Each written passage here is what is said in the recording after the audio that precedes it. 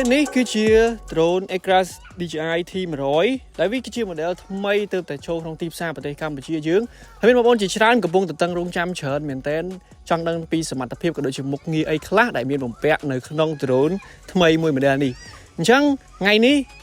យើងមកដល់ទឹកដីខេត្តកោះកុងដើម្បីធ្វើការ review ក៏ដូចជាធ្វើបទបង្ហាញជូនបងប្អូនទាំងអស់គ្នា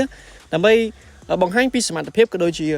បច្ចេកវិទ្យាអ្វីខ្លះដែលបំពាក់នៅក្នុង drone កសិកម្មក៏ដូចជាសមត្ថភាពអីគេខ្លះដែលបងប្អូនទាំងអស់គ្នាទន្ទឹងរង់ចាំចង់ដឹង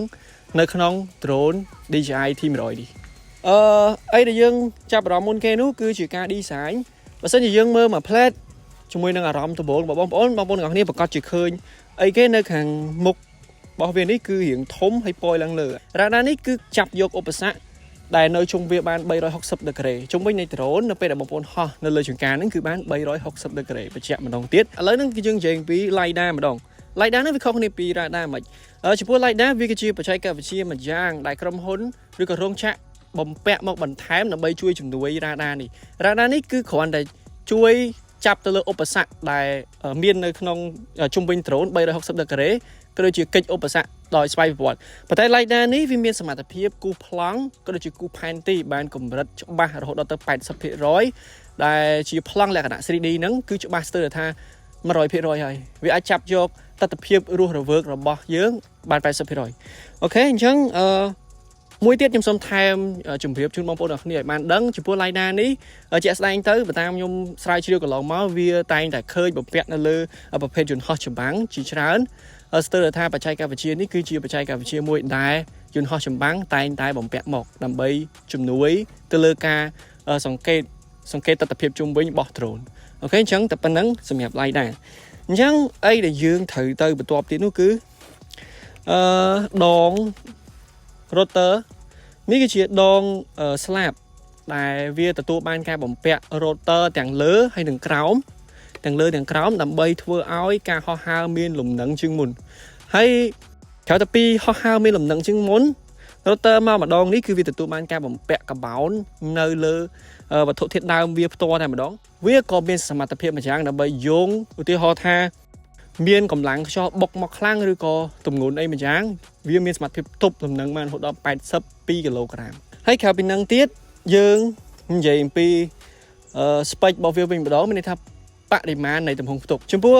ទំហំផ្ទុករបស់ drone T100 នេះបងប្អូនទាំងអស់គ្នាឃើញច្បាស់ហើយថាវាទទួលបានកម្រិតថ្មីហើយក៏ទទួលបានការរចនាថ្មីហើយបរិមាណក៏វាត្រូវបានដំឡើងឲ្យខ្ពស់ជាងមុនផងដែរគឺ T100 ចំពោះធុងព្រោះទទួលបានការផ្ទុករហូតដល់100គីឡូក្រាមចំណែកឯសមត្ថភាពព្រោះរបស់វានៅក្នុងចម្ងាយលាតសន្ធឹងគឺបានរហូតដល់10ម៉ែត្រចំពោះចម្ងាយលាតសន្ធឹងនេះមានន័យថារាប់ចាប់តាំងពីបរិវេណជុំវិញ drone ជាមួយនឹងដំណាំចម្ការដែលបងប្អូនហោះហើរគឺមានចម្ងាយ10ម៉ែត្រដើម្បីព្រោះលាតសន្ធឹងអូខេចឹងបន្ថែមពីលើនេះបន្ថែមទៀតចំពោះធុងព្រោះគឺវាមានសមត្ថភាពអាចព្រោះបានរហូតដល់400គីឡូក្រាមនៅក្នុង1នាទីនៅក្នុងការស្រោចស្រពដំណាំរបស់បងប្អូនឲ្យកាន់តែមានប្រសិទ្ធភាពជាងមុនហើយក្រៅពី400គីឡូក្រាមនឹងទៀតសោតវាក៏មានសមត្ថភាពគេថាល្បឿនដែលវាធ្វើដំណើរឬក៏វាព្រោះបានក្នុងរយៈចម្ងាយ20ម៉ែត្រនៅក្នុង1វិនាទីអញ្ចឹងនេះគឺជាល្បឿនមួយដែលអាចថាវាលឿនដើម្បីធ្វើឲ្យដំណាំរបស់បងប្អូនមានប្រសិទ្ធភាព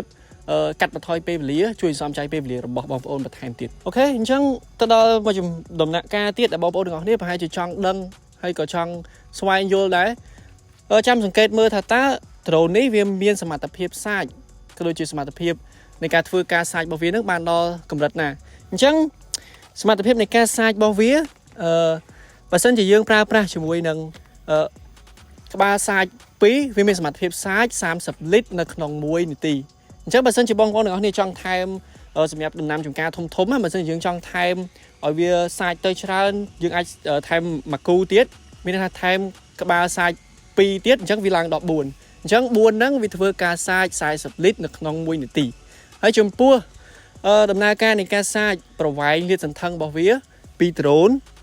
តតឹងហ្នឹងគឺវាមានលាតសន្ធឹងរហូតដល់13ម៉ែត្រអញ្ចឹងវាធំមែនតើសម្រាប់គ្របដណ្ដប់ដំណាំចម្ការរបស់បងប្អូនមួយទៀតចំណុចមួយដែលខ្ញុំអត់ទាន់បាននិយាយប្រាប់ជូនបងប្អូនទាំងអស់គ្នានោះគឺជាចំណុចដំណក់ទឹកដែលវាមានសមត្ថភាព ផ្ដល់ដំណក់ទឹកតូចល្អិតនៅក្នុងចំនួន50មីក្រូនដែលវាជាដំណក់ទឹកទូចមែនទែនដើម្បីជ្រាបចូលទៅក្នុងប្រភេទដំណាំចម្ការបងប្អូនឲ្យកាន់តែសព្វល្អចូលគ្រប់កលុកកលៀតអត់ឲ្យខ្វះកន្លែងណាមួយទេអញ្ចឹងនេះគឺជាកំណែតម្រង់ថ្មីដែលទទួលបានអូខេអញ្ចឹងមួយចំណុចទៀតដែលខ្ញុំគិតថាវាជាចំណុចសំខាន់ហើយក៏ជាកំណែតម្រង់ថ្មីដែលបងប្អូនទាំងអស់គ្នាទទួលបាននៅលើ drone T100 នេះគឺជាកាមេរ៉ា FPV ដែលវាទទួលបានបច្ចេកវិទ្យាមួយទៀតគឺ Image Relay O4 បច្ចេកវិទ្យាហ្នឹងវាធ្វើការបញ្ជូនរូបភាពក៏ដូចជាកាត់បន្ថយការស្ទាក់ស្ទើររអាក់រអួលវានឹងធ្វើឲ្យការបញ្ជូនរបស់រូបភាពបងប្អូនពី drone នៅលើអាកាសមកកាន់តេឡេបញ្ជាបាន smooth រលូនល្អប្រសើរជាងមុនអូខេអញ្ចឹងចប់បច្ចេកវិទ្យាកាមេរ៉ា FPV នេះយើងចូលទៅដល់មុខងារមួយទៀតដែលជាមុខងារសំខាន់ហើយក៏ជាមុខងារដែលជួយជំរុញដំណាំចម្ការរបស់បងប្អូនឲ្យកាន់តែល្អប្រសើរជាងមុននោះគឺជាភ្លើងបំភ្លឺពេលយប់ចំពោះភ្លើងបំភ្លឺពេលយប់នេះវាជួយសម្រួលបងប្អូនត្រង់ថាប៉ះសិនបើបងប្អូនទាំងអស់គ្នាចង់ប្រតិបត្តិការដំណាំចម្ការនៅពេលយប់អីគឺវាមានភ្លើងបំភ្លឺជំនួយមិនថាស្ថិតនៅក្នុងស្ថានភាពងងឹតឆឹងឬក៏គ្មានពន្លឺអីនោះទេគឺវានឹងបញ្ចេញអាភ្លើងបំភ្លឺនេះជូនបងប្អូនទាំងអស់គ្នាហើយម្យ៉ាងវិញទៀតនៅពេលដែលបងប្អូនឡើងទៅប្រតិបត្តិការជាមួយដំណាំចម្ការគឺវាសាចភ្លើងនៅជុំវិញដំណាំប៉ុន្តែនៅពេលដែលបងប្អូនចោះក្រោមនៅពេលដែលបងប្អូនចោះចតវានឹងដាំភ្លើងចោះក្រោមដើម្បីរកទីសុវត្ថិភាពមួយដើម្បីបំភ្លឺបងប្អូនងាយស្រួលចោះចតអញ្ចឹងនេះគឺជាចំណុចពិសេសដែលបងប្អូនអត់ចាំបាច់បំពាក់ភ្លើងបំភ្លឺបន្ថែមទៀតទេនៅពេលដែលបងប្អូនចង់ប្រតិបត្តិការដំណាំនៅពេលយប់អូខេអញ្ចឹងចប់ពីកាមេរ៉ា FPV និងភ្លើងបំភ្លឺគឺយើងចូលទៅដល់ចំណុចសំខាន់មួយទៀតដែលបងប្អូនទាំងអស់គ្នាប្រហែលជាចង់ដឹងខ្លាំងមែនទែននោះគឺជាការអភិវឌ្ឍទៅលើថ្មក៏ដូចជាការបំពាក់មកថ្មីអញ្ចឹងសូមក្រុមការងារជួយលើកចូលតិចមក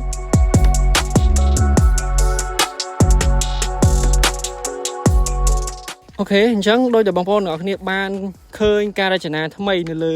ថ្មរបស់ DJI T100 នេះអញ្ចឹងចំពោះអត្ថប្រយោជន៍ដែលយើងទទួលបានបងប្អូនទាំងអស់គ្នាតែងតែឆ្ងល់ថាយើងទទួលបានគេខ្លះចំពោះអត្ថប្រយោជន៍នៅពេលដែលបងប្អូនទាំងអស់គ្នាយកថ្មនេះទៅដាក់នៅក្នុងកញ្ឆេងត្រជាក់វានឹងចូលរួមបញ្ចុះសីតុណ្ហភាពពីកម្ដៅក្ដៅរហូតមកសីតុណ្ហភាពត្រជាក់ហើយបើប្រៀបធៀបឲ្យងាយស្រួលយល់វាដូចជាសួតរបស់មនុស្សយើងអញ្ចឹងនៅពេលដែលយើងទទួលបានចន្លោះខ្យល់នេះវាកាត់បន្ថយភាពកម្ដៅក្ដៅខ្លាំងមកកាន់ត្រជាក់ធ្វើឲ្យថ្មមានប្រសិទ្ធភាពចូលរួមឲ្យអាយុការប្រើប្រាស់នៃថ្មបានយូរអង្វែងជាងមុនហើយបងប្អូនមិនសូវចូលជាងច្រើនទេអូខេហើយតែប៉ុណ្្នឹងកញ្ឆេងត្រជាក់នេះទៀតសោតគឺទទួលបានចន្លោះខ្យល់3កន្លែង3ចំណុចដើម្បីចូលរួមធ្វើយ៉ាងណាឲ្យថ្មរបស់បងប្អូនត្រជាក់ក្នុងរយៈពេលខ្លីអូខេចំណុចដែលយើងទទួលបានការអភិវឌ្ឍពីលើថ្មដែលខ្ញុំបាននិយាយប្រាប់បងប្អូនអរគ្នាមិញមានដូចជាកញ្ឆេងថ្មក៏ដូចជាការរចនាចន្លោះខ្យល់អញ្ចឹងបន្ថែមពីលើនឹងមួយទៀតយើងសង្កេតទៅមើលចំណុចធ្មេញថ្មជាមួយនឹងធ្មេញថ្មនៃ drone ហើយចំពោះធ្មេញថ្មនៃ drone ជាមួយនឹងធ្មេញថ្មគឺទទួលបានការអភិវឌ្ឍថ្មីទៅលើការរចនាដែលវាទទួលបានជើងធ្មេញធំជាងមុនតែវាអត់ងាយបង្កឲ្យធ្មេញថ្មនឹងខូចខាតឬក៏ងាយនឹងធ្វើឲ្យមានកំហូចណាមួយទេដោយសារតែវាទទួលបានការអភិវឌ្ឍធំជាងមុននៅមានមុខងារមួយទៀតដែលវាជាមុខងារថ្មីស្រឡាងនៅក្នុង drone កសិកម្មប្រភេទ T100 នេះគឺជាមុខងារសដោងដែលបងប្អូនអរគ្នាអាចធ្វើការសដោងទំនិញឬក៏អីវ៉ាន់អីផ្សេងនៅក្នុងទម្ងន់80គីឡូក្រាមដែលអាចសដោងពីទីតាំង A ទៅទីតាំង B មុខងារនេះវាធ្វើការងាយស្រួលមែនតើសម្រាប់ផ្ដល់ជាដំណោះស្រាយថ្មីមួយនៅពេលដែលបងប្អូនឧទាហរណ៍ថាកន្លែងទីតាំងរបស់បងប្អូនមានជាប់ផងឬក៏យើងអាចធ្វើដំណើរដោយមធ្យោបាយប្រើប្រាស់រថយន្តបានយើងអាចប្រើប្រាស់មុខងារនេះដើម្បីសដោងពីទីតាំង A ទៅទីតាំង B បានយ៉ាងងាយស្រួលហើយបងប្អូនទាំងអស់គ្នាកំពុងតតឹងរង់ចាំមើលផ្ទាល់ថាតើនៅពេលដែលវាសដោងបែបណាអញ្ចឹងខ្ញុំក៏ចង់ដឹងដែរប៉ុន្តែដោយសារតែឥឡូវនេះយើងអត់ទាន់អាចសដោងវាបានទេអញ្ចឹងមានតែជួបគ្នាជាមួយខ្ញុំនៅវីដេអូមួយទៀតដើម្បីបង្ហាញពីមុខងារសដោងជាក់ស្ដែងអូខេអញ្ចឹងសរុបជារួមមកវិញគឺទទួលបានការអភិវឌ្ឍដែលខ្ញុំបានរៀបរាប់ពីខាងដើមមិញអញ្ចឹងខ្ញុំសង្ឃឹមថាបងប្អូនទាំងគ្នាទស្សនាវីដេអូនេះចប់បានស្វែងយល់អំពី drone កសិកម្ម DJI T100 ហើយ អត់តន់ចប់ទេប៉ុណ្ណឹងយើងក៏នៅមានវីដេអូខ្លីៗដែលក្រុងនឹងធ្វើជូនបងប្អូនទាំងអស់គ្នាដើម្បីធ្វើជាបទបង្ហាញឲ្យបងប្អូនងាយស្រួលយល់បន្ថែមទៀតថាតើវាប្រតិបត្តិការកាន់តែស៊ីជម្រៅរបៀបណាអូខេអញ្ចឹងជួបគ្នាជាមួយខ្ញុំនៅវីដេអូបន្ទាប់អរគុណ